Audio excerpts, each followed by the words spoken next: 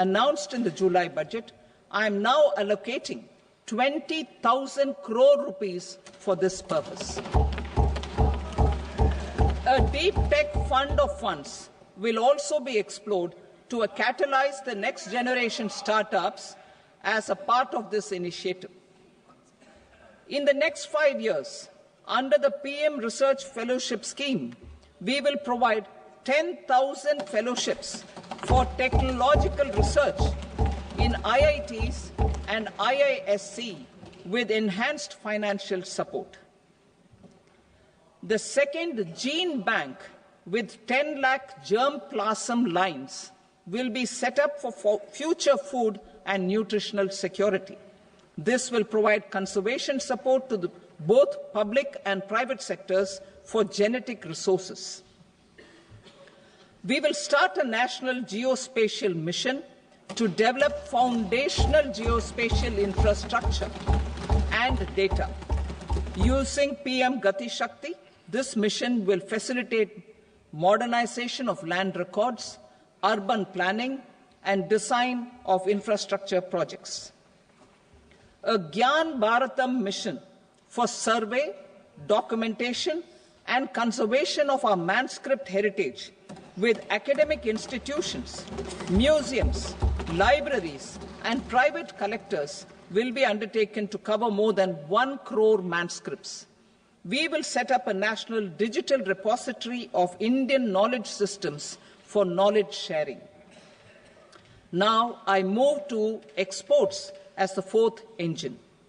We will set up an export promotion mission with sectoral and ministerial targets driven jointly by the Ministries of Commerce, MSME, and Finance. It will facilitate easy access to export credit, cross-border factoring support, support to MSMEs to tackle non-tariff measures in overseas markets.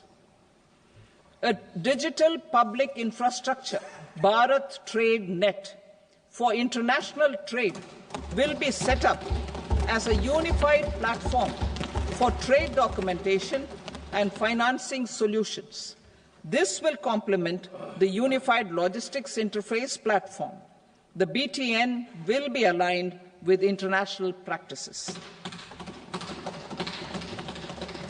Support will be provided to develop domestic manufacturing capacities for our economy's integration with global supply chains. Sectors will be identified based on objective criteria. Facilitation groups with participation of senior officers and industry representatives will be formed for select products and supply chains. Through this, there are huge opportunities related to Industry 4.0, which needs high skills and talent. Our youth have both. Our government will support the domestic electronic equipment industry to leverage this opportunity for the benefit of our youth. A national framework will be formulated as guidance to states for promoting global capability centers in emerging Tier 2 cities. This will suggest measures for enhancing availability of talent and infrastructure, building bylaw reforms, and mechanisms for collaboration with industry. Our government will facilitate upgradation of infrastructure and warehousing for air cargo, including high-value perishable horticultural produce. Cargo screening and customs protocol will be streamlined and made user-friendly. Reforms as the fuel. Over the past 10 years, our government has implemented several reforms for convenience of taxpayers, such as faceless assessment, 2, taxpayer charter, 3, faster returns, 4, almost 99% returns being on self-assessment, and 5, Vivad Se Vishwas scheme.